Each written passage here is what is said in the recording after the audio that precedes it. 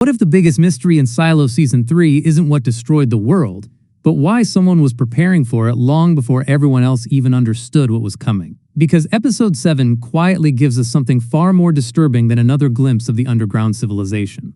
It gives us Pair Stenson standing over a massive drilling operation, with Helen and Daniel finally seeing the place where the 51 silos are being constructed. And that changes the entire question. We already know the silos can keep people alive. We already know they can control information, memories, reproduction, movement, and even what people believe about the world outside. But why build 51 of them? Why isolate human populations on that scale? And why would someone like Stenson, a billionaire with access to technology and resources beyond almost anyone else, be involved from the beginning? The obvious answer is that he was trying to save humanity from some approaching catastrophe. But I don't think that's the whole plan. I think Stenson was designing something much more ambitious. He wasn't simply building shelters. He was designing a controlled version of human civilization. Look at what Helen and Daniel actually discover. They don't stumble across a small emergency bunker hidden underground. They see a massive construction project capable of creating an entire network of independent underground societies. That's an enormous commitment of resources, technology, time, and planning. You don't build 51 separate civilizations because you're expecting a bad storm. You build them because you are planning for a world in which ordinary civilization may no longer exist. And once you realize that, the number 51 becomes important. One silo could be a shelter. 51 silos are something else. They create separation, they create controlled populations. They create different environments where human behavior can be monitored. If one community fails, another might survive. If one society rebels, another remains under control. If one population develops a dangerous idea, the others don't necessarily have to know about it. That's the first clue that the silos may have been conceived not simply as homes, but as experiments in survival. And this is where Stenson becomes much more interesting, because everything we have seen about him suggests that he doesn't think like an ordinary politician or government official. He thinks like a man who believes complicated problems can be solved by controlling the variables. His story about the unicorn is especially revealing. He talks about creating something that should never have existed naturally, something engineered from genetic material, and then becomes disgusted when another billionaire wants to hunt it for sport. On the surface, it's just a strange story that establishes his personality. But placed beside the Silo project, it starts to sound like a philosophy. Stenson believes humanity can create things nature never intended to exist. He believes technology can redesign life. And more importantly, he believes the people who create something have a responsibility for what happens to it afterward. So ask yourself, what happens when a man with that philosophy is given the resources to redesign human civilization itself? That could explain why the silos are so much more controlled than they need to be. If the only objective were survival, why would people need to forget? Why would knowledge of the outside world be so tightly restricted? Why would the population be prevented from communicating freely with neighboring silos? Why create an algorithm powerful enough to monitor an entire society and intervene when people begin asking the wrong questions? Why establish rules so strict that even the truth about the world becomes dangerous? At some point, you have to stop calling that a shelter. A shelter protects people from an external threat. The silo controls the people inside it.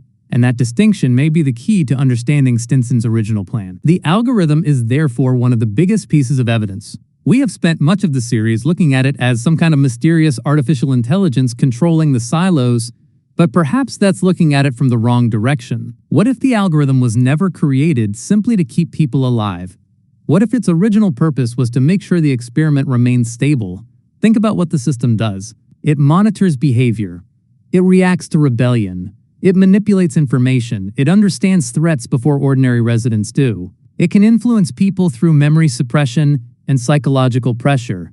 It doesn't merely protect the physical structure of the silo, it protects the system itself.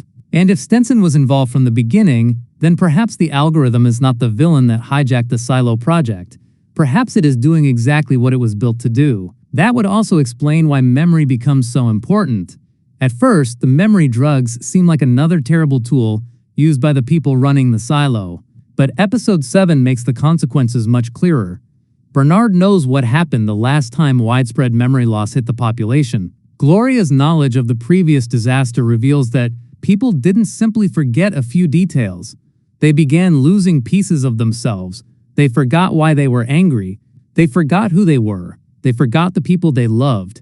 And once people lose the memories that connect them to their history, rebellion becomes almost impossible to sustain. You can destroy a revolution with weapons, but you can also destroy it by making everyone forget why the revolution started. That is a terrifyingly efficient form of control. And now imagine Stenson planning the entire system with that possibility already in mind. If the silos are supposed to survive for generations, then Stenson has to solve more than food and oxygen. He has to solve human memory. He has to solve political instability. He has to solve rebellion. He has to solve what happens when people eventually discover that the story they were given isn't true. The silos aren't just underground buildings. They are a machine designed to preserve a particular version of civilization. The algorithm is the brain.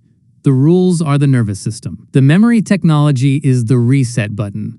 And the population is effectively living inside the experiment. There is another detail that makes the 51 silo theory even darker. If every silo was supposed to be identical, why build so many separate ones instead of creating one enormous underground city? Separation must serve a purpose. Maybe Stenson knew that putting too many people together would make rebellion impossible to contain. Maybe each silo was intended to function as an isolated test of human society. Different populations could be observed over generations, different leadership structures could be tested, different rules could be introduced, different outcomes could be compared. And if one silo collapsed, the others would continue. That would turn the entire landscape into something resembling a massive laboratory, except the people inside would never know they were the subjects. This also makes Silo 18 more important. Juliette's rebellion isn't simply dangerous because she might expose the truth. She is dangerous because she is proving that the system can fail. She has walked outside, she has survived, she has communicated with another silo. She has learned that the world isn't what she was told. And now people inside Silo 18 are beginning to understand that their reality is manufactured. From the perspective of a system designed to preserve control, Juliette isn't just another rebel.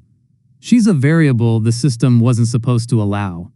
And that may explain why the algorithm has become so aggressive. It isn't necessarily trying to punish Juliette because it hates her. It may be responding to her because she represents systemic failure. The same thing applies to Lucas and Kennedy going towards Silo 17. The moment people begin connecting the silos, the entire principle behind the system starts collapsing. The walls between populations aren't just physical walls. They're informational walls. The people in Silo 18 aren't supposed to know what happened in Silo 17. They aren't supposed to compare histories. They aren't supposed to realize that the same rules exist somewhere else. Because once they do, they can start asking the one question the system cannot tolerate. Who designed all of this? And that's why Stenson's appearance in Episode 7 matters so much. He doesn't feel like someone who stumbled into the Silo project. He feels like someone who has been waiting for this moment. Helen and Daniel are essentially being taken behind the curtain. They are being shown something that almost nobody else is allowed to see. The NDAs, the secrecy, the threats, the private facilities, the enormous resources, and finally the drilling site, all point toward one conclusion. The Silo project existed as a plan before the world knew it needed one. That doesn't prove Stenson caused whatever catastrophe is coming. But it does prove something almost as important. Someone was preparing for a future in which the existing world would no longer be enough. And now we can return to the biggest question. Why 51? Maybe the number isn't symbolic at all. Maybe it's practical. 51 separate silos could provide redundancy. If one fails, another survives. But there's another possibility that is far more interesting. What if each silo represents a controlled branch of humanity? What if Stenson's goal wasn't simply to preserve human beings, but to observe how different groups evolve under isolation? Over hundreds of years, those populations could become completely different societies while remaining genetically connected. Some might rebel, some might obey, some might collapse, some might develop new technologies. And the algorithm could track everything. If that's true, then the greatest secret of Silo isn't hiding outside the walls, it's hiding in the purpose of the walls themselves. The surface may have become uninhabitable, but perhaps that was only the first problem Stenson was trying to solve. The second problem was humanity. How do you preserve civilization without preserving all of the behaviors that destroyed it? How do you stop people from repeating the same mistakes? How do you create a society that can survive for centuries without destroying itself? Stenson's answer may have been brutally simple. Take away freedom, take away dangerous knowledge, control memory, separate the populations, and let an algorithm decide when human beings are becoming too unpredictable. And if that was the plan, then the people inside the silos were never meant to be prisoners in the traditional sense. They were meant to be curated survivors. That's much more disturbing. Because a prison eventually lets you out. A silo designed by Stenson may never have been designed for that. The people were supposed to live, reproduce, forget, obey, and eventually die without ever knowing why they were there. Which brings us back to Juliet. She may be the exact opposite of what Stenson wanted to create. She doesn't accept the system's explanation. She doesn't accept that sacrifice is always necessary. She doesn't accept that people should forget simply because remembering is dangerous. And most importantly, she keeps connecting pieces that were deliberately separated. Silo 18 connects to Silo 17. The present connects to the before times. Memory connects to rebellion. And now, Stenson connects the entire mystery to the moment the silos were first constructed. So maybe the real conflict isn't Juliet versus the algorithm. Maybe it's Juliet versus Stenson's idea of humanity. He may believe survival requires control. Juliet is beginning to prove that survival without freedom isn't really survival at all. And that's where I think Season 3 is heading. The 51 silos may have been built to protect humanity from the end of the world. But the system that Stenson created could have become more dangerous than the disaster it was designed to survive. The longer people lived underground, the more the original purpose disappeared. The rules became tradition, the algorithm became authority, memory suppression became normal, and eventually nobody remembered that the entire civilization had been designed by someone else. Until Juliet started digging. And if Stenson really did build the 51 silos as a controlled experiment, then the question waiting at the end of this season isn't simply what happened to the world.